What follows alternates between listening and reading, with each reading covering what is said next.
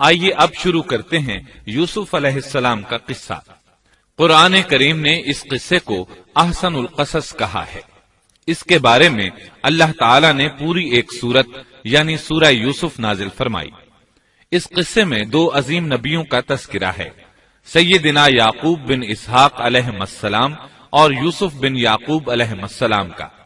اپنے بھائیوں کی وجہ سے یوسف علیہ السلام کن حالات کا شکار ہوئے، آپ اس کا تفصیل سے ذکر سنیں گے۔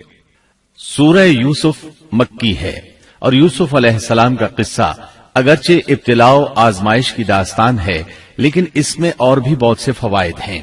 سننے والا اس سے لطف اندوز ہوتا ہے، اپنے اندر رحم اور انس کے جذبات محسوس کرتا ہے۔ اس قصے میں ان حالات کی طرف بھی اشارہ ہے جو انبیاء کے ساتھ پیش آتے ہیں۔ عام انبیاء کے حالات واقعات سے معلوم ہوتا ہے کہ پہلے وہ آسودہ حال تھے، لیکن جب انہوں نے دعوت دی تو ان کی قوم نے انہیں جھٹلایا، پھر آزمائش کا سلسلہ شروع ہوا، پھر ان کی قوموں پر عذاب آیا۔ اس قصے میں معاملہ اس کے بالکل برعکس ہے۔ اس میں شروع میں ابتلاء آزمائش کا دور ہے، پھر آسانی اور فراوانی کی داستان ہے۔ ایسا کیوں ہوا؟ علماء کے اس بارے میں مختلف اقوال ہیں۔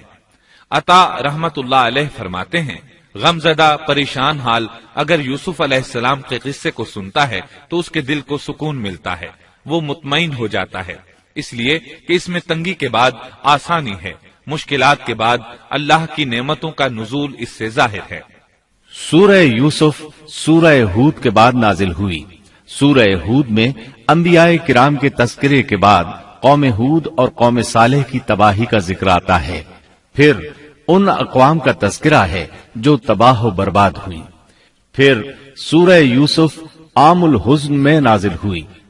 یہ وہ سال تھا جس میں نبی صلی اللہ علیہ وسلم کے چچا ابو طالب فوت ہوئے۔ ابو طالب ہر طرح آپ کا ساتھ دیتے رہے تھے، یہاں تک کہ رسول اکرم صلی اللہ علیہ وسلم فرماتے ہیں، قریش نے مجھ سے صحیح معنوں میں دشمنی کا آغاز ابو طالب کی وفات کے بعد کیا۔ ایک قول کے مطابق ابو طالب کی وفات کے صرف 3 دن بعد آپ کی پیاری اور محبوب بیوی، جنت کی عورتوں کی سردار، دنیا جہان کی افضل ترین عورتوں میں سے ایک سیدہ خدیجۃ الکبریٰ رضی اللہ عنہا اس دنیا سے رخصت ہو گئیں۔ انا للہ و انا الیہ راجعون۔ یہاں تک کہ ابن عباس رضی اللہ عنہما فرماتے ہیں، رسول اللہ صلی اللہ علیہ وسلم نے 4 خط کھینچے، پھر صحابہ کرام کو مخاطب کر کے فرمایا، جانتے ہو یہ خط میں نے کیوں کھینچے ہیں؟ انہوں نے کہا، ہم نہیں جانتے۔ تو آپ صلی اللہ علیہ وسلم نے فرمایا، جنت کی افضل ترین عورتیں 4 ہیں، ایک مریم بنت عمران، دوسری خدیجہ بنت خویلد، تیسری فاطمہ بنت محمد اور چوتھی فرعون کی بیوی آسیہ بنت مزاحم رضی اللہ عنہن اجمعین۔ سیدہ خدیجہ رضی اللہ عنہا اور ابو طالب کی وفات کا آپ صلی اللہ علیہ وسلم کو بہت شدید صدمہ ہوا۔ تب آپ کی تسلی کے لیے اللہ تعالیٰ نے سورہ یوسف نازل فرمائی اور آپ کو یقین دلایا کہ تنگی کے بعد فراخی ہوتی ہے، اور اس صورت میں سبق آموز واقعات اور عبرتوں کا تذکرہ یکجا کر دیا گیا ہے، جبکہ دوسرے انبیاء کے قصے قرآن اور احادیث میں مختلف مقامات پر ہیں۔ یہ قصہ قرآن کریم میں ایک جگہ کیوں ذکر کیا گیا، اس میں کیا حکمت تھی، اور باقی قصے مختلف مقامات پر کیوں بکھرے ہوئے ہیں، اس بارے میں علامہ قرطبی رحمت اللہ علیہ فرماتے ہیں، اللہ تعالیٰ نے انبیاء علیہ السلام کے قصے تکرار کے ساتھ ذکر کیے ہیں، ایک ہی بات کو بلاغت و بیان کے اصول کے تحت مختلف پیرائے میں ذکر کیا ہے، جیسا کہ ابراہیم علیہ السلام کا قصہ ہے۔ جب اللہ کے برگزیدہ فرشتے ان کے پاس آئے تو ان کے آنے پر ابراہیم علیہ السلام نے جو مہمان نوازی کی اس کو مختلف انداز میں بیان کیا گیا ہے۔ ایک جگہ فرمایا، وہ بغیر کسی تاخیر کے بھنا ہوا بچڑا لے آئے۔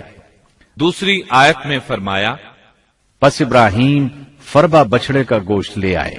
ان دونوں جملوں کو جمع کرنے سے معلوم ہوا بھنا ہوا موٹا تازہ بچڑا پیش کیا گیا۔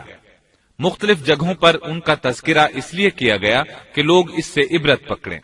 علامہ قرطبی رحمت اللہ علیہ فرماتے ہیں، یوسف علیہ السلام کے قصے کو ایک جگہ اور باقی انبیاء کے قصوں کو علیحدہ بیان کرنے کی ایک حکمت یہ بھی ہے کہ مخالف پر حجت قائم ہو جائے کہ وہ نہ مکرر کلام لا سکتے ہیں اور نہ ہی قصہ یوسف علیہ السلام کی طرح اکٹھا کلام لا سکتے ہیں۔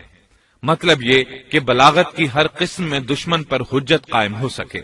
اللہ تعالی کلام کو مکرر اور غیر مکرر لا کر قرآن کا اعجاز بیان کرنا چاہتے ہیں کہ اللہ چاہیں تو ایک قصے کو ایک ہی جگہ بیان کر دیں، چاہیں تو مختلف جگہوں پر بیان کر دیں۔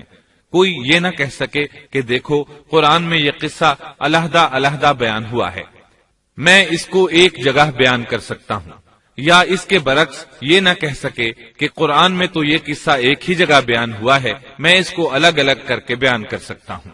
اب ہم اس قصے کا آغاز کرتے ہیں اور اسی طرح کرتے ہیں جس طرح اس کا آغاز اللہ رب العزت نے کیا ہے۔ شروع اللہ کے نام سے جو بڑا مہربان نہایت رحم والا ہے۔ الف لام را، یہ روشن کتاب کی آیتیں ہیں۔ یقیناً ہم نے اس کتاب کو عربی قرآن بنا کر نازل فرمایا ہے تاکہ تم سمجھ سکو۔ ہم آپ کے سامنے بہترین بیان پیش کرتے ہیں اس قرآن سے جو ہم نے آپ کی جانب وحی کے ذریعے نازل کیا ہے، اور یقیناً آپ اس سے پہلے بے خبروں میں سے تھے۔ قصہ در اصل ایک خبر کے بعد دوسری خبر اور اطلاع در اطلاع کو کہتے ہیں، اور قصص کا اصل قصہ ہے یعنی پیچھے چلنا، جیسا کہ اللہ کی کتاب میں ہے۔ موسیٰ کی والدہ نے ان کی بہن سے کہا کہ تو اس کے پیچھے پیچھے جا، اور قصص کی اصل یہی ہے کہ کسی خبر کا پے در پے آنا۔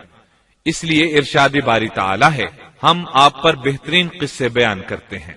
اور یقیناً آپ اس سے پہلے بے خبروں میں سے تھے۔ غفلت سے مراد یہاں اللہ کے ذکر سے غفلت نہیں، بلکہ اس کا مطلب یہ ہے کہ نزول قرآن سے پہلے آپ ان قصص سے واقف نہیں تھے۔ اللہ تعالیٰ سورہ یوسف آیت 4 اور 5 میں فرماتے ہیں، جب یوسف نے اپنے باپ سے ذکر کیا کہ ابا جی، میں نے 11 ستاروں اور سورج چاند کو خواب میں دیکھا ہے کہ وہ سب مجھے سجدہ کر رہے ہیں، یعقوب نے کہا، پیارے بچے، اپنے اس خواب کا ذکر اپنے بھائیوں سے نہ کرنا، ایسا نہ ہو کہ وہ تیرے ساتھ کوئی فریب کاری کرے، شیطان تو انسان کا کھلا دشمن ہے۔ رؤیا سے مراد وہ خواب ہے جس کو انسان نیند کی حالت میں دیکھے، اور رؤیت سے مراد وہ حقیقت ہے جس کو انسان حالت بیداری میں اپنی آنکھوں سے دیکھے۔ تو یوسف علیہ السلام نے خواب میں دیکھا کہ 11 ستارے اور سورج اور چاند انہیں سجدہ کر رہے ہیں۔ یعقوب علیہ السلام خواب کی حقیقت کو جان گئے، اگرچہ آپ خوابوں کی تعبیر نہیں بتاتے تھے، لیکن انہیں علم ہو گیا کہ اس میں یوسف علیہ السلام کی تکریم ہے، اور انہیں یہ بھی علم تھا کہ یوسف علیہ السلام کے بھائی ان سے حسد کرتے ہیں۔ اسی لیے انہوں نے یوسف علیہ السلام سے کہا کہ اپنے بھائیوں کو یہ خواب نہ سنانا۔ یوسف علیہ السلام کے 11 بھائی تھے، بنیامین ان کے سگے بھائی تھے، باقی 6 ایک ماں سے اور 4 2 لونڈیوں سے تھے۔ حقیقی بھائی ان سے حسد نہیں کرتا تھا، وہ عمر میں ان سے چھوٹا تھا، باقی سب ان سے حسد کرتے تھے، اور اس حسد کی وجہ یہ تھی کہ یعقوب علیہ السلام ان سے والہانہ محبت کرتے تھے۔ اسی طرح بنیامین سے بھی انہیں بہت لگاؤ تھا، مطلب یہ کہ ان دونوں سے انہیں زیادہ محبت تھی، اور محبت میں کمی بیشی کوئی بری چیز نہیں، البتہ نبی کریم صلی اللہ علیہ وسلم نے فرمایا، ان میں عدل سے ضرور کام لیں۔ غرض یعقوب علیہ السلام کو ان دونوں سے زیادہ محبت تھی، ان کا دل ان کی طرف زیادہ مائل تھا، یہاں تک کہ لمحہ بھر بھی انہیں نظروں سے اوجھل نہیں کرتے تھے۔ یوسف علیہ السلام کے بھائی جب کھیل کے لیے نکلتے تو یعقوب علیہ السلام فرماتے، یوسف کو یہیں چھوڑ دو، گویا ہر وقت ان کا پہرا دیتے تھے۔ اللہ تعالیٰ سورہ یوسف آیت 6 میں فرماتے ہیں، اور اسی طرح تجھے تیرا پروردگار برگزیدہ کرے گا، اور تجھے معاملہ فہمی یعنی خوابوں کی تعبیر بھی سکھائے گا، اور اپنی نعمت تجھے بھرپور عطا فرمائے گا، اور یعقوب کے گھر والوں کو بھی، جیسے کہ اس نے اس سے پہلے تیرے دادا اور پردادا یعنی ابراہیم و اسحاق کو بھی بھرپور اپنی نعمت دی۔ یقیناً تیرا رب بہت بڑے علم والا اور زبردست حکمت والا ہے۔ یعنی آپ کو منتخب کر لیا اور تمام بھائیوں سے آپ کو چن لیا، اور یعقوب علیہ السلام کے سارے بیٹوں سے آپ کا انتخاب کیا، اور اس دور کے لوگوں میں سے آپ کو نبوت دینے کا ارادہ کیا۔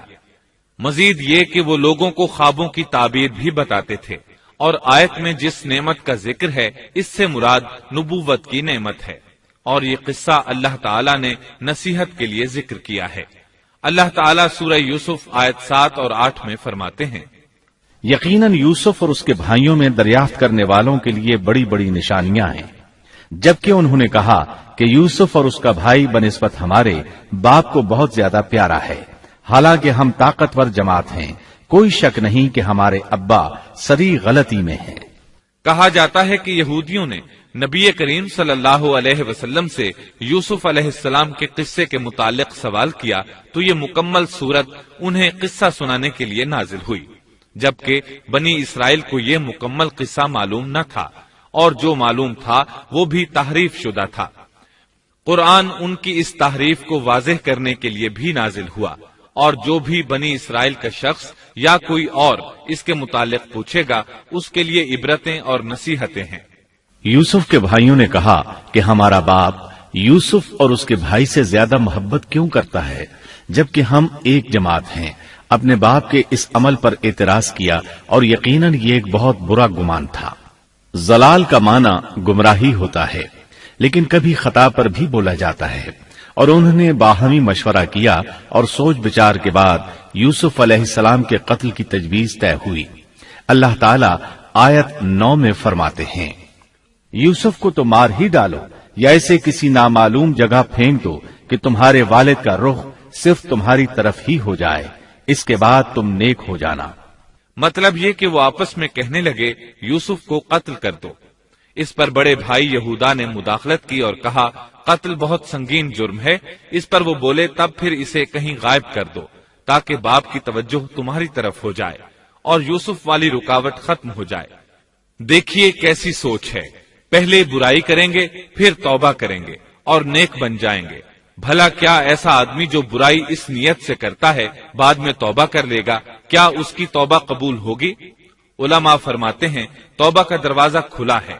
اللہ تعالیٰ رات کے وقت صدا دیتا ہے کہ دن کو برائی کرنے والے توبہ کر لے، اور دن کو آواز دیتا ہے رات کو برائی کرنے والے توبہ کر لے۔ کوئی توبہ کا دروازہ بند نہیں کر سکتا، یہاں تک کہ انسان جتنی بار بھی گناہ کر کے توبہ کرے اللہ قبول کرتا ہے۔ اس لیے اللہ نے ان کی توبہ قبول کر لی۔ تاہم اس بات سے ڈرنا چاہیے کہ اگر گناہ کرنے کے بعد توبہ کا موقع ہی نہ ملے اور موت آ لے تو کیا ہوگا؟ یہ بات نہایت ہی خوفناک ہے کہ توبہ کا موقع ہی نہ ملے۔ اللہ تعالیٰ آیت نمبر 10 میں فرماتے ہیں، ان میں سے ایک نے کہا یوسف کو قتل تو نہ کرو بلکہ اسے کسی اندھے کنویں کی تہ میں ڈالاؤ کہ اسے کوئی آتا جاتا قافلہ اٹھا لے جائے، اگر تمہیں کرنا ہی ہے تو یوں کرو۔ یہودا نے انہیں قتل سے روکا اور کہا قواسم کے راستے میں اموقی نام کا کنواں ہے، اسے اس میں ڈال دو، کوئی گزرتا ہوا قافلہ اسے اٹھا لے جائے گا، اس سے نجات ہی پانا چاہتے ہو تو یہ کام کرو۔ سب نے اس بات سے اتفاق کیا۔ اب اپنے باپ کے پاس گئے، باپ سے انہوں نے جو کہا آیت 11 اور 12 میں آتا ہے، انہوں نے کہا ابا آخر آپ یوسف کے بارے میں ہم پر اعتبار کیوں نہیں کرتے؟ ہم تو اس کے خیر خواہ ہیں، کل آپ ضرور اسے ہمارے ساتھ بھیج دیجئے کہ خوب کھائے پیے اور کھیلے، اور اس کی حفاظت کے ہم ذمہ دار ہیں۔ یعقوب علیہ السلام نے ان کی بات کے جواب میں جو کچھ کہا آیت نمبر 13 اور 14 میں اس کا ذکر موجود ہے۔ یعقوب نے کہا اسے تمہارا لے جانا مجھے تو سخت صدمہ دے گا، اور مجھے یہ بھی کھٹکا لگا رہے گا کہ تمہاری غفلت میں اسے بھیڑیا کھا جائے۔ انہوں نے جواب دیا کہ ہم جیسی زوراور جماعت کی موجودگی میں بھی اگر اسے بھیڑیا کھا جائے تو ہم بالکل نکمے ہی ہوئے۔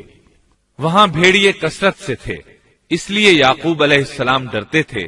بیٹوں کے بار بار اصرار پر یعقوب علیہ السلام یوسف علیہ السلام کو ان کے ساتھ بھیجنے پر رضامند ہو گئے۔ اللہ تعالیٰ آیت 15 میں فرماتے ہیں، پھر جب اسے لے چلے اور سب نے مل کر ٹھان لیا کہ اسے غیر آباد گہرے کنویں کی تہ میں پھینک دیں، ہم نے یوسف کی طرف وحی کی کہ یقیناً وقت آ رہا ہے کہ تو انہیں اس ماجرے کی خبر اس حال میں دے گا کہ وہ جانتے ہی نہ ہوں گے۔ بعض روایات کے مطابق انہوں نے راستے میں یوسف علیہ السلام کو مارا پیٹا، برا بھلا کہا، اور ایسا کرنا ان کے لیے معمولی بات تھی کیونکہ وہ تو قتل کے درپے تھے۔ آخر کار کنویں کے پاس پہنچے اور مشورے کے مطابق انہیں کنویں میں ڈال دیا۔ یوسف علیہ السلام کنویں میں ایک پتھر پر گرے، یعنی پانی میں نہ گرے، آپ اس پتھر پر بیٹھ گئے۔ اللہ تعالیٰ کی طرف سے انہیں تسلی دی گئی کہ آپ پریشان نہ ہوں، بہت جلد آپ کنویں سے نکلیں گے اور انہیں ان کے اس گھناؤنے فعل کے بارے میں بتلائیں گے، اور انہیں اس بات کا گمان بھی نہیں ہوگا کہ ایسا وقت بھی آئے گا۔ یوسف علیہ السلام کو کنویں میں ڈالنے کے بعد انہوں نے گھر جانے کی تیاری کی۔ آیت نمبر 16 میں آتا ہے، اور عشاء کے وقت وہ سب اپنے باپ کے پاس روتے ہوئے پہنچے۔ امام عامش قاضی شرح رحمت اللہ علیہ کی مجلس میں بیٹھے تھے۔ ایک عورت آئی، اس کا ایک آدمی سے جھگڑا تھا، وہ بہت شدت سے رو رہی تھی۔ عامش بولے، آپ دیکھتے نہیں یہ کس بری طرح رو رہی ہے؟ ان کا مطلب یہ تھا کہ یہ سچی ہے۔ قاضی شرح فرمانے لگے، یوسف علیہ السلام کے بھائی رات کو روتے ہوئے اپنے باپ کے پاس آئے تھے، پس فیصلہ رونے پر نہیں انصاف پر ہونا چاہیے۔ اب یوسف علیہ السلام کے بھائیوں نے باپ کو تفصیل سنائی۔ اللہ تعالیٰ اس کا ذکر آیت 17 میں فرماتے ہیں، اور کہنے لگے کہ ابا جی، ہم تو آپس میں دوڑ میں لگ گئے اور یوسف کو ہم نے سامان کے پاس چھوڑا، پس اسے بھیڑیا کھا گیا۔ آپ تو ہماری بات نہیں مانیں گے، گو ہم بالکل سچے ہی ہوں۔ سو انہوں نے یہ بات بتائی، لیکن اس سے جھوٹ صاف ظاہر ہو رہا تھا، جیسا کہ اگلی آیت میں ہے۔ اور یوسف کے کرتے کو جھوٹ موڑ کے خون سے خون آلود بھی کر لائے تھے۔ ابن عباس رضی اللہ عنہما فرماتے ہیں کہ انہوں نے بکری ذبح کی اور یوسف علیہ السلام کی قمیص پر اس کا خون مل لیا، اور خون میں لت پت قمیص یعقوب علیہ السلام کے پاس لے آئے۔ جب یعقوب علیہ السلام نے دیکھا تو فرمانے لگے، یہ بھیڑیا بھی کتنا رحم دل تھا، میرے بیٹے کو تو کھا لیا اور قمیص کو کچھ نہیں کہا، تمہاری عقل کہاں ہے؟ اس بات کا ذکر آیت 18 میں ہے۔ باپ نے کہا، یوں نہیں، بلکہ تم نے اپنے ہی دل سے ایک بات بنا لی ہے، بس صبر ہی بہتر ہے، اور تمہاری بنائی ہوئی باتوں پر اللہ ہی سے مدد کی طلب ہے۔ ادھر دوسری طرف کیا ہوا؟ آیت 19 میں اللہ فرماتے ہیں، اور ایک قافلہ آیا اور انہوں نے اپنے ایک پانی لانے والے کو بھیجا، اس نے اپنا ڈول لٹکا دیا اور کہنے لگا، واہ واہ، خوشی کی بات ہے، یہ تو ایک لڑکا ہے۔ انہوں نے اسے مال تجارت قرار دے کر چھپا دیا، اور اللہ اس سے باخبر تھا جو وہ کر رہے تھے۔ تفصیل اس کی یہ ہے کہ ایک قافلہ اس کنویں کے پاس سے گزرا جس میں یوسف علیہ السلام موجود تھے۔ انہوں نے پانی کی تلاش میں ایک خادم کو بھیجا، وہ کنویں تک پہنچا، اس نے کنویں میں ڈول لٹکایا، یوسف علیہ السلام اس ڈول میں بیٹھ گئے۔ خادم نے ڈول نکالا تو اس میں ایک خوبصورت بچے کو دیکھا، مارے خوشی کے وہ پکار اٹھا، یہاں ایک لڑکا ہے۔ اس زمانے میں غلاموں اور لونڈیوں کی تجارت ہوتی تھی، انہیں خوف محسوس ہوا کہ کہیں یہ لڑکا ان سے چھن نہ جائے۔ اس خوف کے پیش نظر انہوں نے یوسف علیہ السلام کو چھپا لیا۔ انہوں نے یہ بھی سوچا کہ شاید یہ بھاگا ہوا غلام ہے، اگر اس کا مالک آ گیا تو وہ اسے لے جائے گا۔ یہ قافلہ مدائن سے مصر جا رہا تھا۔ جب یہ مصر پہنچے تو انہوں نے یوسف علیہ السلام کو معمولی قیمت میں فروخت کر دیا۔ معمولی قیمت میں فروخت کرنے کی جلدی بھی انہوں نے اسی خیال کے تحت کی کہ کہیں اس کا مالک نہ آ جائے۔ ابن عباس رضی اللہ عنہما فرماتے ہیں کہ انہوں نے یوسف علیہ السلام کو صرف 20 درہم میں بیچ دیا، اور یہ نہایت معمولی قیمت تھی۔ آیت نمبر 21 میں ہے، مصر والوں میں سے جس نے اسے خریدا تھا اس نے اپنی بیوی سے کہا کہ اسے بہت عزت و احترام کے ساتھ رکھو، بہت ممکن ہے کہ یہ ہمیں فائدہ پہنچائے یا اسے ہم اپنا بیٹا ہی بنا لیں۔ یہ شخص مصر کا وزیر خزانہ تھا، بے اولاد تھا۔ اس نے سوچا شاید یہ لڑکا بڑا ہو کر اچھا انسان بنے، لہذا کیوں نہ ہم اسے بیٹا بنا لیں۔ اس طرح یوسف علیہ السلام وزیر خزانہ کے گھر پلے بڑھے۔ وزیر خزانہ عزیز مصر کہلاتا تھا۔ عزیز نے آپ کو بیٹوں کی طرح رکھا۔ آپ کچھ بڑے ہوئے تو شاہی محل کی دیکھ بھال آپ کے ذمے لگا دی گئی، شاہی محل کے تمام اختیارات آپ کے سپرد کر دیے گئے۔ اللہ تعالیٰ آیت 21 اور 22 میں فرماتے ہیں، یوں ہم نے مصر کی سرزمین میں یوسف کا قدم جما دیا کہ ہم اسے خواب کی تعبیر کا کچھ علم سکھا دیں۔ اللہ اپنے ارادے پر غالب ہے، لیکن اکثر لوگ بے علم ہوتے ہیں۔ اور جب یوسف پختگی کی عمر کو پہنچ گئے تو ہم نے اسے قوت فیصلہ اور علم دیا. ہم نیک کاروں کو اسی طرح بدلہ دیتے ہیں. یوسف علیہ السلام بہت پاکیزہ اور توحید والے ماحول میں پروان چڑھے. گھر کا سارا انتظام انہی کے ہاتھ میں تھا. آپ بہت بصیرت اور سوجھ بوجھ سے گھر کا نظام چلا رہے تھے. ابھی عزیز مصر کی بیوی نے آپ کو گمراہ کرنے کی کوشش نہیں کی تھی کہ حلم، علم اور بصیرت کی صفات آپ میں موجود تھیں. مفسرین لکھتے ہیں جب یوسف علیہ السلام کی عمر 17-18 سال کی ہوئی تو جوانی کے ساتھ ان کے حسن میں مزید اضافہ ہوا. حسن یوسف واقعی بے مثال تھا. نبی اکرم صلی اللہ علیہ وسلم فرماتے ہیں، معراج کی رات میری ملاقات یوسف علیہ السلام سے ہوئی. ایسا لگتا تھا کہ دنیا کا نصف حسن یوسف علیہ السلام کو ملا ہے. مفسرین اس کی وضاحت کرتے ہیں کہ حسن کو اللہ تعالیٰ نے 2 حصوں میں تقسیم کیا ہے. آدھا حسن یوسف علیہ السلام کو دیا اور آدھا باقی ساری مخلوق میں تقسیم کر دیا. اللہ اکبر، یہ ہے حسن یوسف. اور جب یوسف کے حسن کی کیفیت یہ ہے تو پھر اس کے خالق کے کیا کہنے.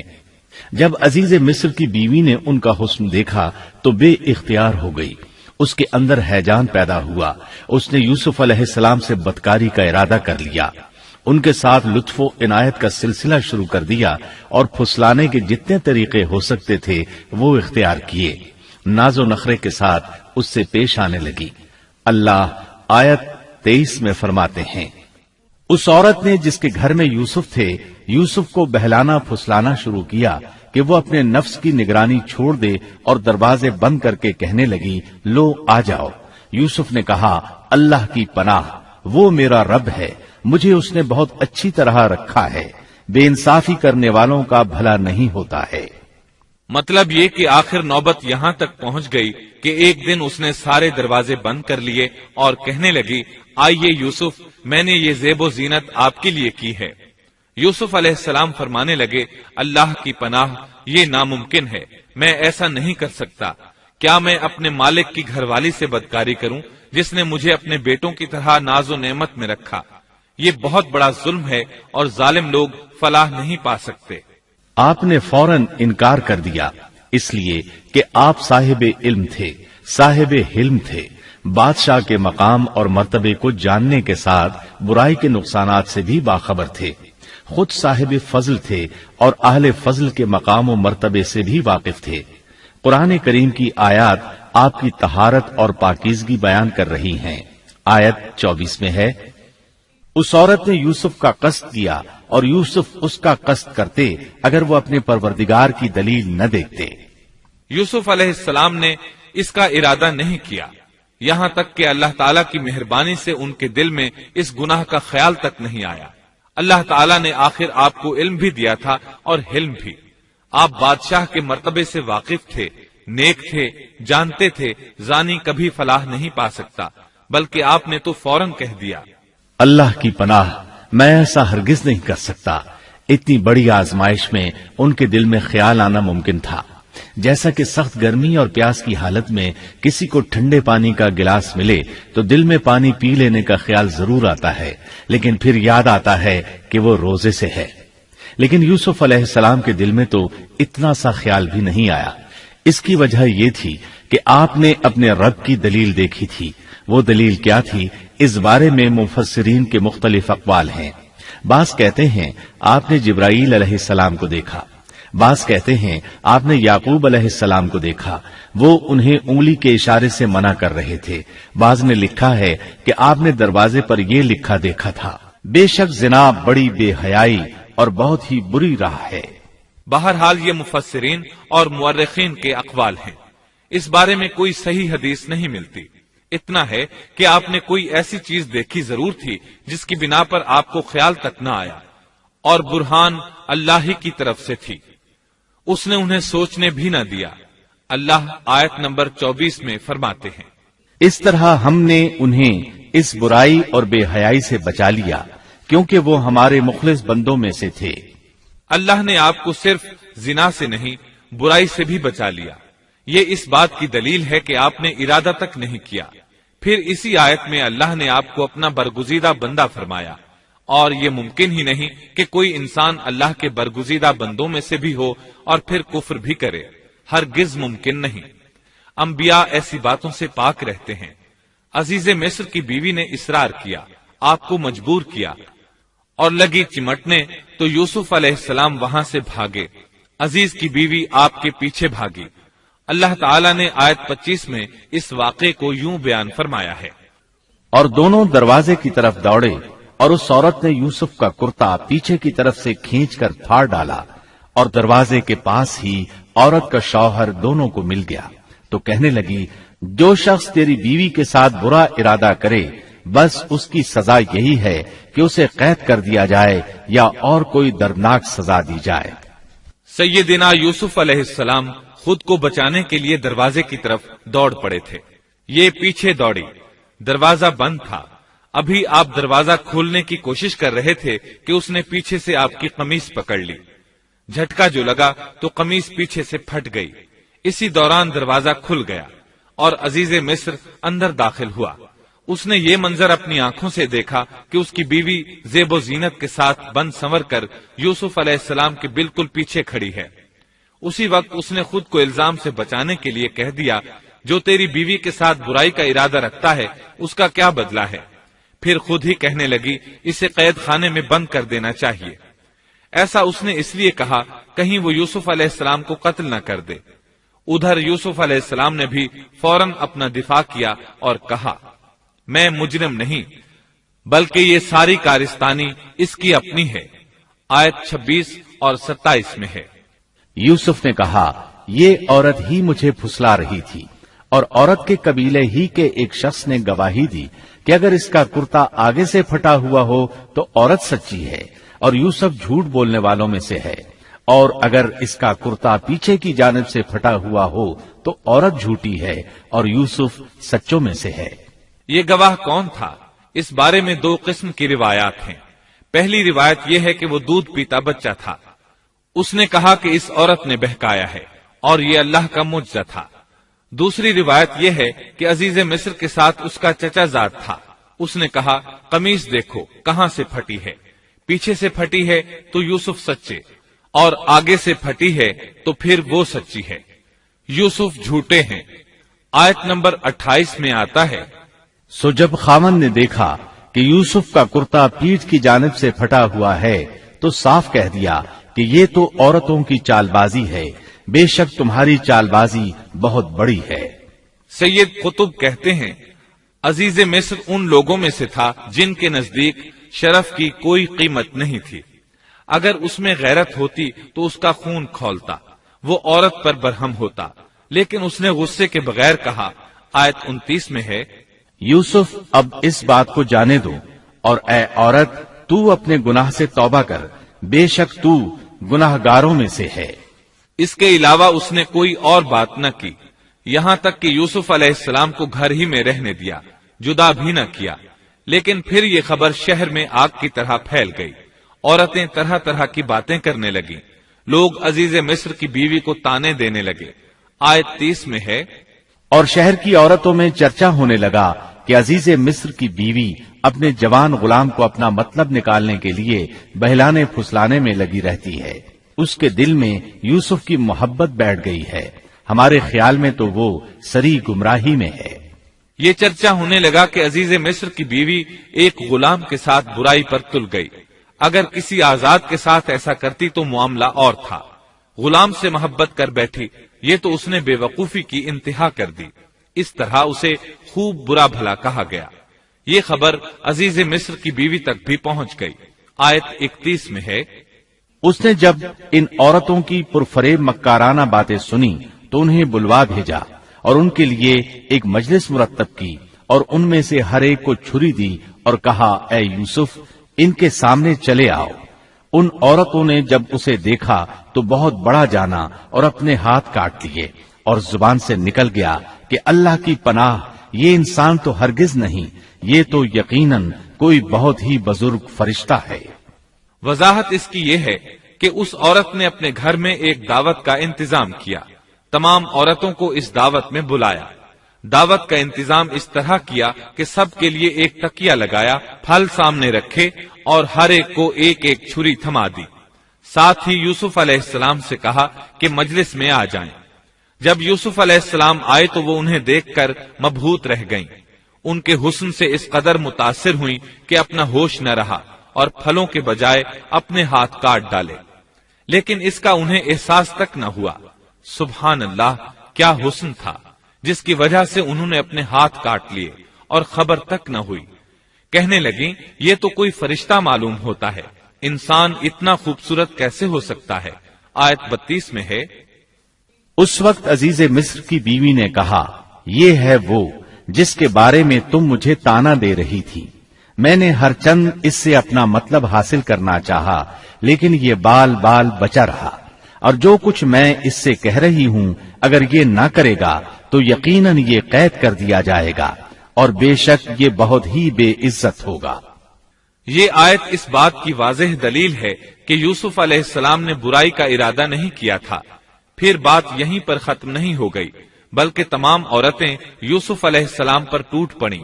ان میں سے ہر ایک کی خواہش تھی کہ یوسف علیہ السلام اس سے محبت کریں اور بے حیائی کا ارتکاب کریں۔ اپنی عزت اور شرف کو انہوں نے خاک میں ملا دیا۔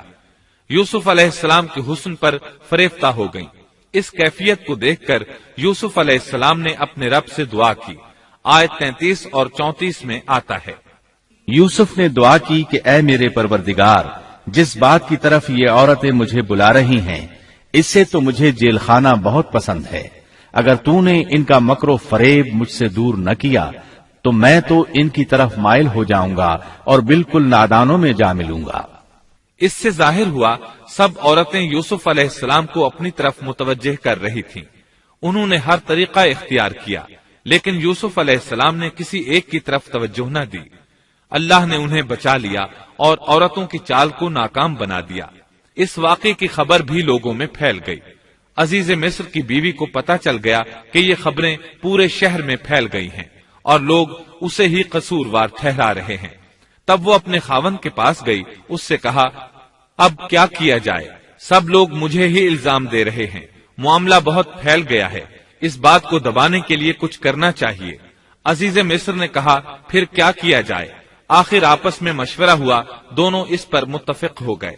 ابن عباس رضی اللہ عنہما فرماتے ہیں، انہوں نے یوسف علیہ السلام کو ایک گدھے پر سوار کیا اور ایک ڈھول والا ساتھ کر دیا اور یہ منادی کرائی کہ اس عبرانی غلام نے اپنی مالکہ کے ساتھ برائی کی کوشش کی ہے، لہٰذا اسے اس جرم کی پاداش میں جیل میں ڈالا جاتا ہے۔ گویا انہوں نے اپنے پر سے الزام ختم کرنے کا یہ منصوبہ سوچا۔ اس بارے میں اللہ آیت 35 میں فرماتے ہیں، پھر ان تمام نشانوں کے دیکھ لینے کے بعد بھی انہیں یہی مصلحت معلوم ہوئی کہ یوسف کو کچھ مدت کے لیے قید خانے میں رکھیں۔ انہوں نے یہ اس لیے کہا تاکہ یوسف علیہ السلام پر تہمت لگائی جا سکے۔ اس طرح یوسف علیہ السلام قید خانے میں آ گئے۔ ان کے ساتھ 2 نوجوان اور قید خانے میں بھیجے گئے تھے۔ کچھ دن ساتھ رہنے کے بعد وہ جان گئے کہ یوسف علیہ السلام نیک سیرت انسان ہیں، عبادت گزار نوجوان ہیں۔ ایک رات دونوں نوجوانوں نے خواب دیکھے۔ صبح ہوئی تو دونوں یوسف علیہ السلام کے پاس گئے اور اپنا اپنا خواب سنایا۔ قرآن کریم آیت 36 میں اس کو یوں بیان کرتا ہے، اس کے ساتھ ہی 2 اور جوان بھی جیل خانے میں داخل ہوئے۔ ان میں سے ایک نے کہا کہ میں نے خواب میں اپنے آپ کو شراب نچوڑتے دیکھا ہے، اور دوسرے نے کہا میں نے اپنے آپ کو دیکھا ہے کہ میں اپنے سر پر روٹی اٹھائے ہوئے ہوں جسے پرندے کھا رہے ہیں۔ ہمیں آپ اس کی تعبیر بتائیے، ہمیں تو آپ خوبیوں والے شخص دکھائی دیتے ہیں۔ قید خانے کے قیدی بھی جان چکے تھے کہ یوسف علیہ السلام نیک ہیں۔ آپ نے سوچا یہ دین کی دعوت دینے کا بہترین موقع ہے۔ انہوں نے جو کچھ ان سے کہا وہ آیت نمبر 37 اور 38 میں اس طرح آیا ہے، یوسف نے کہا تمہیں جو کھانا دیا جاتا ہے اس کے تمہارے پاس پہنچنے سے پہلے ہی میں تمہیں اس کی تعبیر بتلا دوں گا۔ یہ سب اس علم کی بدولت ہے جو مجھے میرے رب نے سکھایا ہے۔ میں نے ان لوگوں کا مذہب چھوڑ دیا ہے جو اللہ پر ایمان نہیں رکھتے اور آخرت کے بھی منکر ہیں۔ میں اپنے باپ دادوں کے دین کا پابند ہوں، یعنی ابراہیم، اسحاق اور یعقوب کے دین کا۔ ہمیں ہرگز یہ سزاوار نہیں کہ ہم اللہ کے ساتھ کسی کو بھی شریک کریں. ہم پر اور تمام اور لوگوں پر اللہ کا یہ خاص فضل ہے، لیکن اکثر لوگ ناشکری کرتے ہیں. آپ نے سب سے پہلے اپنا تعارف کرایا، ابراہیم اور یعقوب علیہ السلام کے بارے میں بتایا، اور اس زمانے کے لوگ ابراہیم علیہ السلام کو مانتے تھے. ابراہیم علیہ السلام معروف تھے، جانے پہچانے تھے. نبی کریم صلی اللہ علیہ وسلم سے پوچھا گیا کہ کریم یعنی عزت دار کون ہے؟ آپ نے فرمایا عزت دار کے بیٹے، عزت دار کے پوتے اور عزت دار کے پڑ پوتے، یعنی یوسف بن یعقوب بن اسحاق بن ابراہیم علیہ السلام. مطلب یہ کہ 4 پشتوں تک نبوت کی فضیلت یوسف علیہ السلام کے سوا کسی کے حصے میں نہیں آئی. یہ عزت اور بزرگی کی انتہا ہے. آپ نے اپنے دین کا تعارف کرانے کے بعد ان سے جو کچھ کہا وہ آیت 39 اور 40 میں آتا ہے. اے میرے قید کے ساتھیوں، کیا بھلا کئی جدا جدا پروردگار بہتر ہیں یا ایک اللہ زبردست طاقتور؟ اس کے سوا تم جن کی پوجا پاٹ کر رہے ہو وہ سب نام ہی نام ہیں جو تم نے اور تمہارے باپ دادوں نے خود ہی گھڑ لیے ہیں. اللہ نے ان کی کوئی دلیل نازل نہیں فرمائی. فرما روائی صرف اللہ ہی کی ہے. اس کا فرمان ہے کہ تم سب سوائے اس کے کسی اور کی عبادت نہ کرو. یہی دین درست ہے، لیکن اکثر لوگ نہیں جانتے. پھر یوسف علیہ السلام نے انہیں خواب کی تعبیر بتائی.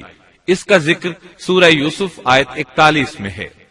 اے میرے قید خانے کے رفیقو، تم دونوں میں سے ایک تو اپنے بادشاہ کو شراب پلانے پر مقرر ہو جائے گا، لیکن دوسرا سولی دیا جائے گا اور پرندے اس کا سر نوچ نوچ کھائیں گے.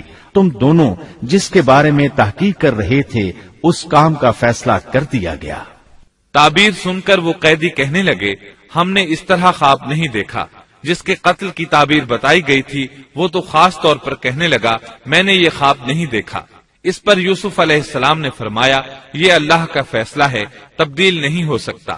پھر آپ نے دوسرے قیدی سے فرمایا اور جس کی نسبت یوسف کا گمان تھا کہ ان دونوں میں سے یہ چھوٹ جائے گا، اس سے کہا کہ اپنے بادشاہ سے میرا ذکر بھی کر دینا.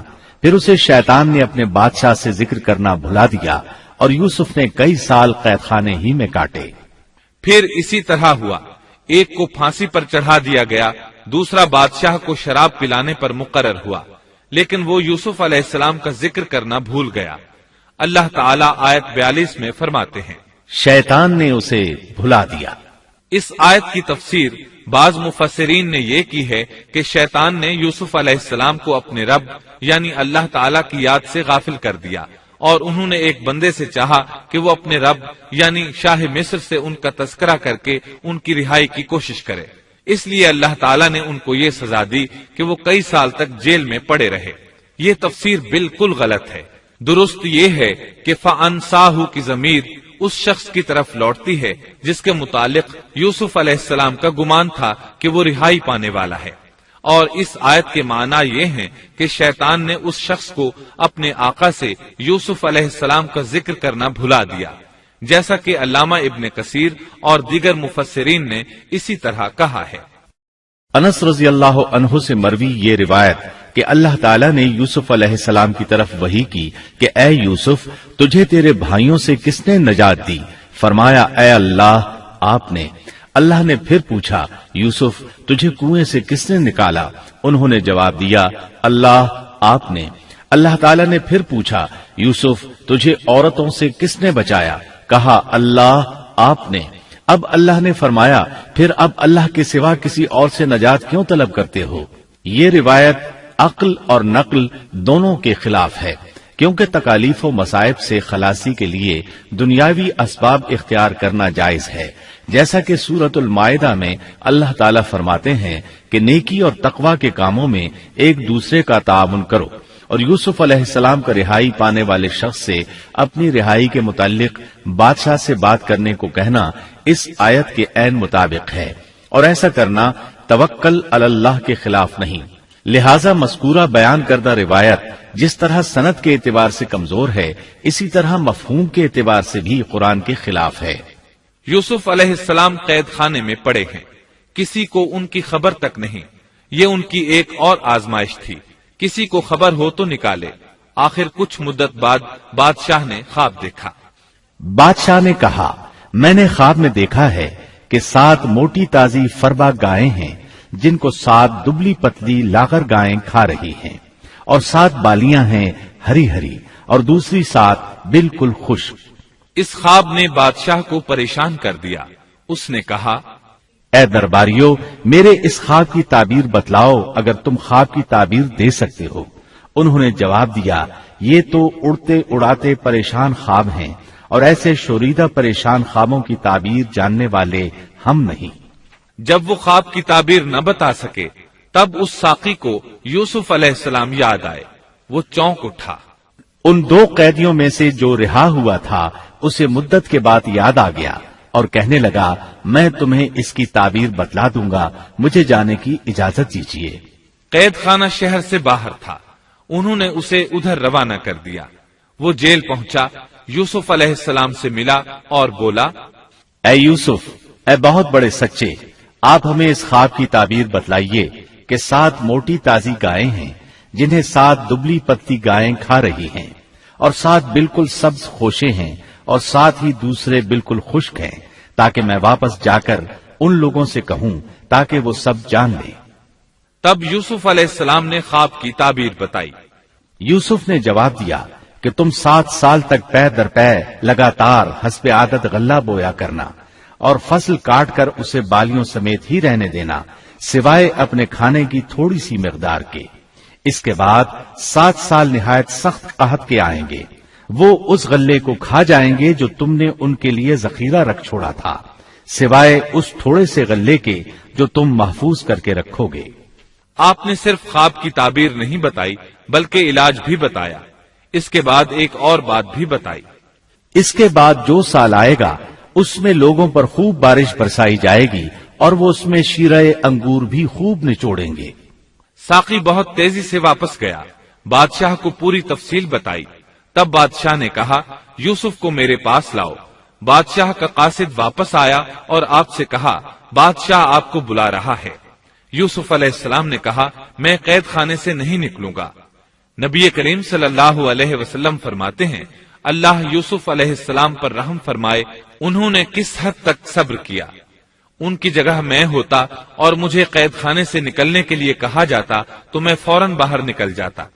7 سال تک قید میں رہنے کے بعد اگر کوئی قیدی سے باہر نکلنے کے لیے کہے اور وہ باہر نکلنے سے انکار کر دے تو یہ بات عجیب ہی لگ سکتی تھی، لیکن یوسف علیہ السلام ہر طرح سے بری ہو کر نکلنا چاہتے تھے۔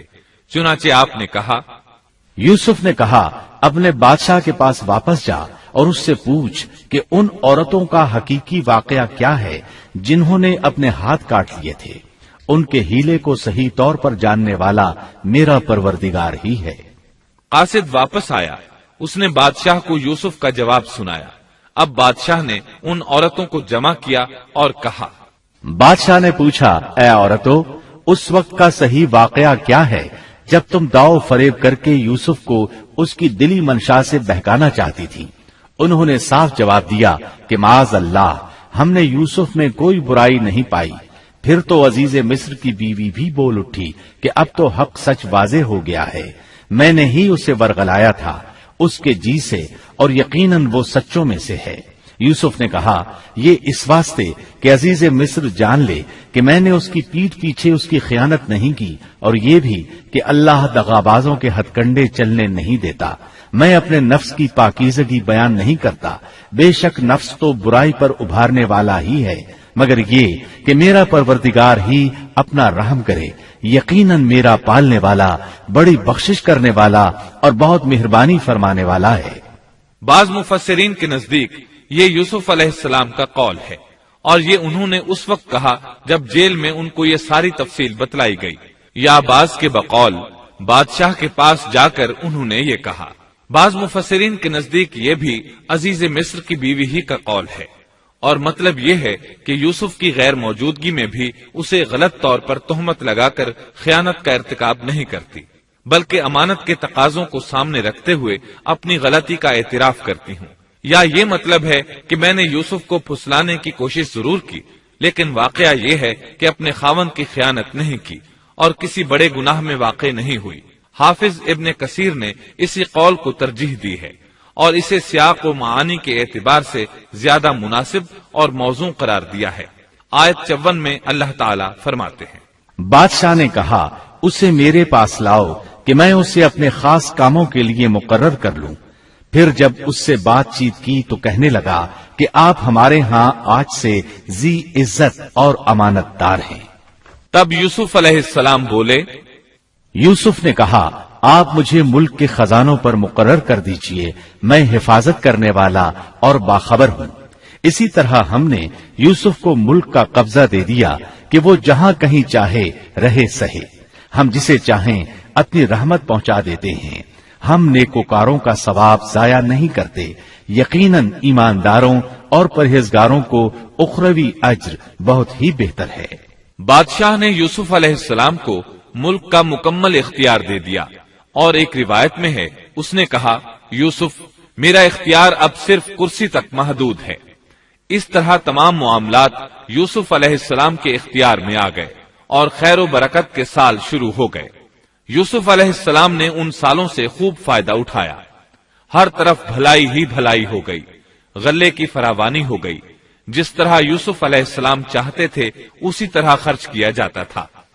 پھر اس طرح 7 سال ختم ہو گئے اور قحط کے سال شروع ہو گئے۔ اس قحط نے نہ صرف مصر کو بلکہ فلسطین وغیرہ کے علاقوں کو بھی اپنی لپیٹ میں لے لیا۔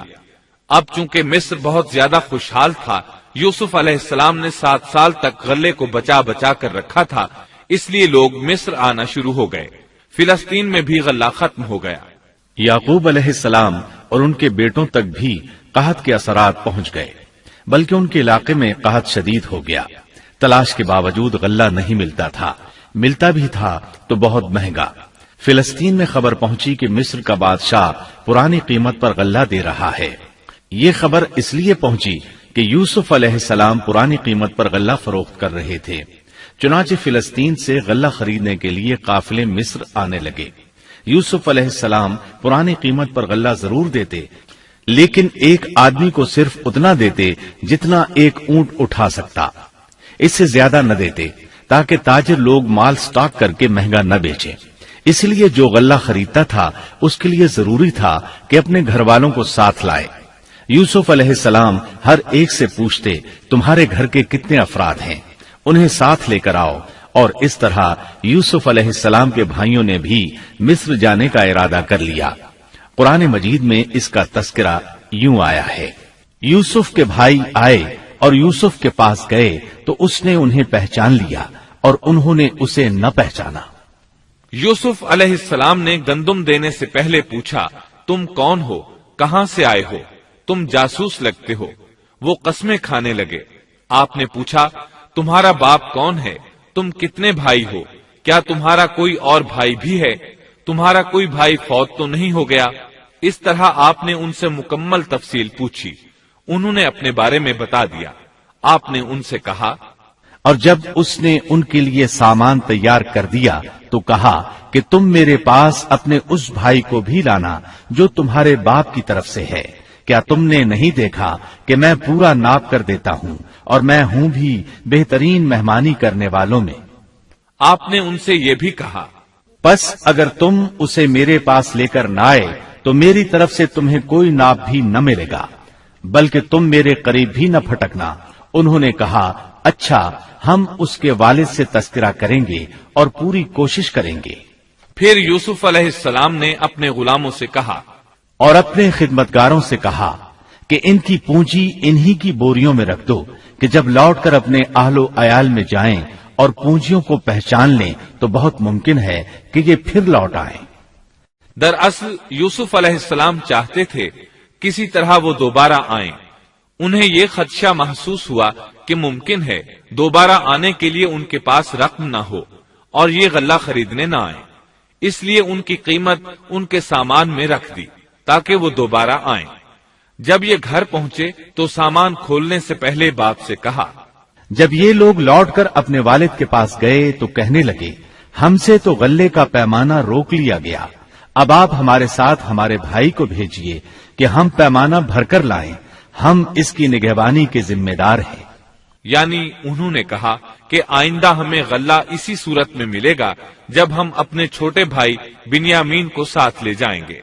اس پر یعقوب علیہ السلام نے فرمایا، یعقوب نے کہا کہ مجھے تو اس کی بابت تمہارا بس ویسا ہی اعتبار ہے جیسا اس سے پہلے اس کے بھائی کے بارے میں تھا، بس اللہ ہی بہترین حافظ ہے اور وہ سب مہربانوں سے بڑا مہربان ہے۔ مطلب یہ کہ یعقوب علیہ السلام نے ان کی بات ماننے سے انکار کر دیا۔ اس کے بعد جب انہوں نے اپنا سامان کھولا تو کیا دیکھا؟ جب انہوں نے اپنا سامان کھولا تو انہوں نے اپنا سرمایہ موجود پایا جو ان کی جانب لوٹا دیا گیا تھا۔ کہنے لگے، اے ہمارے باپ، ہمیں اور کیا چاہیے؟ دیکھیے تو یہ ہمارا سرمایہ بھی ہمیں واپس لوٹا دیا گیا ہے۔ ہم اپنے خاندان کو غلہ لا دیں گے اور اپنے بھائی کی نگرانی رکھیں گے اور ایک اونٹ کا پیمانہ زیادہ لائیں گے۔ یہ ناپ تو بہت آسان ہے۔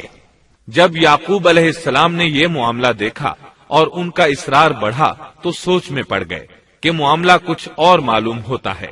پس انہیں اللہ تعالی کی طرف سے الہام ہوا کہ ساتھ بھیج دیجیے۔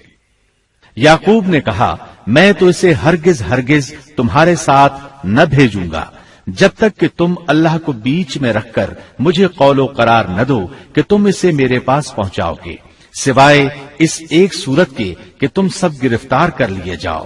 جب انہوں نے پکا قول و قرار دیا تو انہوں نے کہا، ہم جو کچھ کہتے ہیں اللہ اس پر نگہبان ہے۔ انہوں نے مزید نصیحت کی اور یعقوب نے کہا، اے میرے بچوں، تم سب ایک دروازے سے نہ جانا بلکہ کئی جدا جدا دروازوں میں سے داخل ہونا۔ میں اللہ کی طرف سے آنے والی کسی چیز کو تم سے ٹال نہیں سکتا۔ حکم صرف اللہ ہی کا چلتا ہے۔ میرا کامل بھروسہ اسی پر ہے اور ہر ایک بھروسہ کرنے والے کو اسی پر بھروسہ کرنا چاہیے۔ مطلب یہ تھا کہ تم 11 نوجوان ہو، تمہیں دیکھ کر کوئی حسد نہ کر بیٹھے، تمہیں نظر نہ لگ جائے، اور نظر کا لگ جانا برحق ہے، اور یہ بسا اوقات انسان کو قبر میں پہنچا دیتی ہے۔ اب یہ روانہ ہوئے۔ جب وہ انہی راستوں سے جن کا حکم ان کے والد نے انہیں دیا تھا گئے، کچھ نہ تھا کہ اللہ نے جو بات مقرر کر دی ہے وہ اس سے انہیں ذرا بھی بچا لے، مگر یعقوب کے دل میں ایک خیال پیدا ہوا جسے اس نے پورا کر لیا۔ بلا شبہ وہ ہمارے سکھلائے ہوئے علم کا عالم تھا، لیکن اکثر لوگ نہیں جانتے۔ مطلب یہ کہ انسان کی کوشش کے باوجود تقدیر اپنا کام دکھا جاتی ہے۔ عطا رحمت اللہ علیہ فرماتے ہیں کہ یعقوب علیہ السلام کے بارے میں یہ جو فرمایا کہ اس کے پاس ہمارا دیا ہوا علم تھا، اس کا مطلب یہ ہے کہ یعقوب علیہ السلام جو بھی بات کرتے تھے اس میں اللہ کا ذکر ہوتا اور غور و فکر کے بعد بات کرتے، پہلے اللہ کا نام لیتے، اور یہی ان کا علم تھا۔ یوسف علیہ السلام کے بھائی گئے اور دربار میں حاضر ہوئے۔ آپ نے معمول کے مطابق ان کی رہائش کا انتظام کیا، ہر دو کو ایک کمرہ دیا۔ اس طرح بنیامین اکیلے بچ گئے۔ یوسف علیہ السلام نے فرمایا، چلو اسے ادھر میرے پاس چھوڑ جاؤ۔ جب وہ چلے گئے تو یوسف علیہ السلام نے انہیں گلے سے لگا لیا۔ یہ سب جب یوسف کے پاس پہنچ گئے تو اس نے اپنے بھائی کو اپنے پاس جگہ دی اور کہا کہ میں تیرا بھائی یوسف ہوں، بس یہ جو کچھ کرتے رہے اس کا کچھ رنج نہ کر۔ مطلب یہ کہ وہ بنیامین کو بھی ستاتے رہے۔ اس کے بعد یوسف علیہ السلام نے کیا کیا، اس کا ذکر سورہ یوسف آیت 70 تا 77 میں سنیے۔ پھر جب انہیں ان کا سامان اسباب ٹھیک ٹھاک کر کے دیا تو اپنے بھائی کے سامان میں پانی پینے کا پیالہ رکھ دیا۔ پھر ایک آواز دینے والے نے پکار کر کہا کہ اے قافلے والو، تم لوگ تو چور ہو۔ انہوں نے ان کی طرف منہ پھیر کر کہا کہ تمہاری کیا چیز کھوئی گئی ہے؟ جواب دیا کہ شاہی پیالہ گم ہے، جو اسے لے آئے اسے ایک اونٹ کے بوجھ کا غلہ ملے گا۔ اس وعدے کا میں ضامن ہوں۔ انہوں نے کہا، اللہ کی قسم، تم کو خوب علم ہے کہ ہم ملک میں فساد پھیلانے کے لیے نہیں آئے اور نہ ہم چور ہیں۔ انہوں نے کہا، اچھا چور کی کیا سزا ہے اگر تم جھوٹے ہو؟ جواب دیا کہ اس کی سزا یہی ہے کہ جس کے اسباب میں سے پایا جائے وہی اس کا بدلہ ہے۔ ہم تو ایسے ظالموں کو یہی سزا دیا کرتے ہیں۔ بس یوسف نے ان کے سامان کی تلاشی شروع کی، اپنے بھائی کے سامان کی تلاشی سے پہلے۔ پھر اس پیمانے کو اپنے بھائی کے سامان سے نکالا۔ ہم نے یوسف کے لیے اسی طرح یہ تدبیر کی۔ اس بادشاہ کے قانون کی روح سے یہ اپنے بھائی کو نہیں روک سکتا تھا مگر یہ کہ اللہ کو منظور ہو۔ ہم جس کے چاہیں درجے بلند کر دیں، ہر ذی علم پر فوقیت رکھنے والا دوسرا ذی علم موجود ہے۔ انہوں نے کہا کہ اگر اس نے چوری کی تو کوئی تعجب کی بات نہیں، اس کا بھائی بھی پہلے چوری کر چکا ہے۔ یوسف نے اس بات کو اپنے دل میں رکھ لیا اور ان کے سامنے بالکل ظاہر نہ کیا، کہا کہ تم بڑے بدقماش ہو اور جو تم بیان کرتے ہو اسے اللہ ہی خوب جانتا ہے۔ اب وہ بادشاہ یعنی یوسف علیہ السلام کی منت سماجت کرنے لگے۔ انہوں نے کہا کہ اے عزیز مصر، اس کے والد بڑی عمر کے بالکل بوڑھے شخص ہیں، آپ اس کے بدلے ہم میں سے کسی کو لے لیجئے، ہم دیکھتے ہیں کہ آپ بڑے نیک نفس ہیں۔ یوسف نے کہا کہ ہم نے جس کے پاس اپنی چیز پائی ہے اس کے سوا دوسرے کی گرفتاری کرنے سے اللہ کی پناہ چاہتے ہیں، ایسا کرنے سے تو ہم یقیناً ناانصافی کرنے والے ہو جائیں گے۔ جب وہ اس سے مایوس ہو گئے تو تنہائی میں بیٹھ کر مشورہ کرنے لگے۔ ان میں جو سب سے بڑا تھا اس نے کہا، تمہیں معلوم نہیں کہ تمہارے والد نے تم سے اللہ کی قسم لے کر پختہ قول قرار لیا ہے اور اس سے پہلے یوسف کے بارے میں تم کوتاہی کر چکے ہو، پس میں تو اس سرزمین سے نہ ٹلوں گا جب تک کہ والد صاحب خود مجھے اجازت نہ دیں یا اللہ میرے اس معاملے کا فیصلہ کر دے، وہی بہترین فیصلہ کرنے والا ہے۔ تم سب والد صاحب کی خدمت میں واپس جاؤ اور کہو کہ ابا جی، آپ کے صاحبزادے نے چوری کی اور ہم نے وہی گواہی دی تھی جو ہم جانتے تھے، ہم کچھ غیب کی حفاظت کرنے والے نہ تھے۔ آپ اس شہر کے لوگوں سے دریافت فرما لیں جہاں ہم تھے اور اس قافلے سے بھی پوچھ لیں جس کے ساتھ ہم آئے ہیں، اور یقیناً ہم بالکل سچے ہیں۔ یعقوب نے کہا، یہ تو نہیں بلکہ تم نے اپنی طرف سے بات بنا لی، پس اب صبر ہی بہتر ہے، قریب ہے کہ اللہ ان سب کو میرے پاس ہی پہنچا دے، وہی علم و حکمت والا ہے۔ پھر یعقوب علیہ السلام رونے لگے اور کہنے لگے، پھر ان سے منہ پھیر لیا اور کہا، ہائے یوسف۔ ان کی آنکھیں بوجہ رنج و غم کے سفید ہو چکی تھیں اور وہ غم کو دبائے ہوئے تھے۔ بیٹوں نے کہا، واللہ آپ ہمیشہ یوسف کی یاد ہی میں لگے رہیں گے یہاں تک کہ گھل جائیں یا ختم ہی ہو جائے۔ اس پر یعقوب علیہ السلام نے کہا، انہوں نے کہا کہ میں تو اپنی پریشانیوں اور رنج کی فریاد اللہ ہی سے کر رہا ہوں، مجھے اللہ کی طرف سے وہ باتیں معلوم ہیں جو تم نہیں جانتے۔ میرے پیارے بچوں، تم جاؤ اور یوسف کی اور اس کے بھائی کی پوری طرح تلاش کرو اور اللہ کی رحمت سے نا امید نہ ہو، یقیناً رب کی رحمت سے نا امید وہی ہوتے ہیں جو کافر ہوتے ہیں۔ اب ان کے پاس غلہ خریدنے کے لیے سامان تجارت بہت کم تھا، وہ تھوڑا سا سامان لے کر پھر یوسف علیہ السلام کے پاس گئے۔ پھر جب یہ لوگ یوسف کے پاس پہنچے تو کہنے لگے کہ اے عزیز، ہم کو اور ہمارے خاندان کو دکھ پہنچا ہے، ہم حقیر پونجی لائے ہیں، پس آپ ہمیں پورے غلے کا ناپ دیجئے اور ہم پر خیرات کیجئے، اللہ خیرات کرنے والوں کو بدلہ دیتا ہے۔ اب برادران یوسف ان کے سامنے رسوائی کے درجے تک پہنچ گئے، چنانچہ یوسف علیہ السلام نے انہیں زیادہ پریشان کرنا مناسب نہ سمجھا اور اپنا مکمل تعارف کروا دیا۔ یوسف نے کہا، جانتے بھی ہو کہ تم نے یوسف اور اس کے بھائی کے ساتھ اپنی نادانی کی حالت میں کیا کیا؟ انہوں نے کہا، واقعی تو ہی یوسف ہے۔ جواب دیا کہ ہاں میں یوسف ہوں اور یہ میرا بھائی ہے، اللہ نے ہم پر فضل و کرم کیا۔ بات یہ ہے کہ جو بھی پرہیزگاری اور صبر کرے تو اللہ کسی نیکوکار کا اجر ضائع نہیں کرتا۔ انہوں نے کہا، اللہ کی قسم، اللہ نے تجھے ہم پر برتری دی ہے اور یہ بھی بالکل سچ ہے کہ ہم خطا کار تھے۔ جواب دیا، آج تم پر کوئی ملامت نہیں ہے، اللہ تمہیں بخشے، وہ سب مہربانوں سے بڑا مہربان ہے۔ میرا یہ کرتا تم لے جاؤ اور اسے میرے والد کے منہ پر ڈال دو کہ وہ دیکھنے لگیں اور اپنے خاندان کو میرے پاس لے آؤ۔ وہ قمیص لے کر یعقوب علیہ السلام کی طرف چل دیے۔ جو ہی مصر سے چلے، یعقوب علیہ السلام نے خوشبو محسوس کر لی۔